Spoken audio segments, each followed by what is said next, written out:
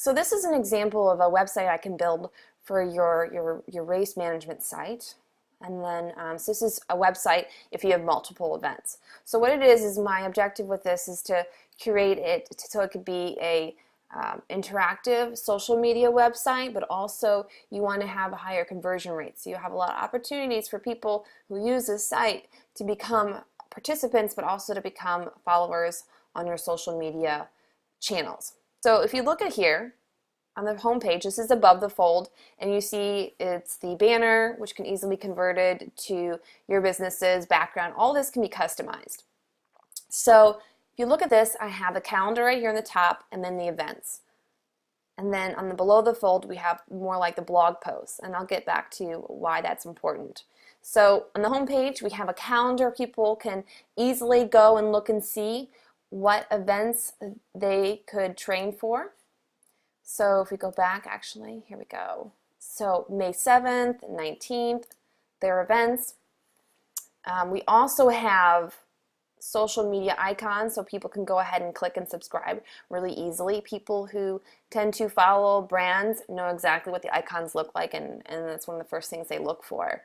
So here we go, we have a calendar, and then they can actually, if they want to remember to register for this event or put it on their calendar, they can actually do that right here.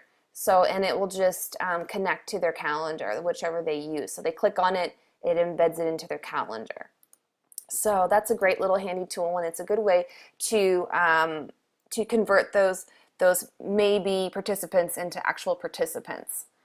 So that's really what's going on the top of the fold. When we go below the fold, you'll see we have the blog post here. And this is really important because you want to have a dynamic homepage that's changing all the time, that's updating, because this is great for your search engine results. So it will keep you higher on the search engine for your search engine optimization.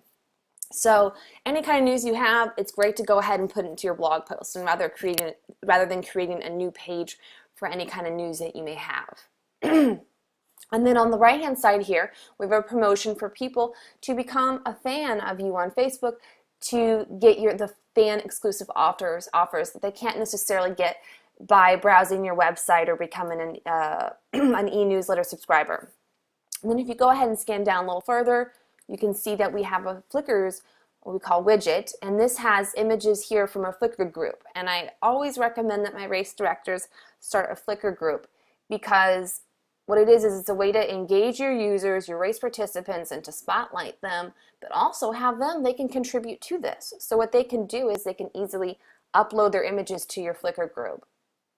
And you can use these for any kind of promotional materials too in the future, which is great. And then down here, we have your sponsor spotlight. And this could continue we could have 10 sponsors right here, we could have 20, but what I wanted to do with this example here was to show you how this works here. So we go ahead, and I actually have this as a rotating advertisement. So if we go ahead and I refresh this page, the Hammer Nutrition will actually be replaced by a different logo in there, so of a different sponsor. So if you wanted to consolidate your 20 sponsors into just 10 logo tiles, then that's what you would do. So, and I think it's easier on the eyes for the users. So let's go ahead and let's go to an event. So I'm going to go to generic triathlon number 1. So if I want to find out more information on it, I'm going to go ahead and I can click on the image or even the title. So here is the informational page on the event. So what I like to do is to have a photo, a description of the race, scenery, that kind of stuff, elevation, and register now. So people can go ahead and link to your active.com site or whatever, Bazoo, if you use that, whatever you want to, you can link to that and people can automatically register. And then what we have here is, this is what I'd like to see on all the race events web pages, to see the same kind of structure, so that when people come to your website at different times or to look at different races, it's all categorized the same way. So we can go here, we can see the fee schedule. If they want to, they can go on to the race weekend schedule and they can see pickup, check-in. All this is here in a nice use of space.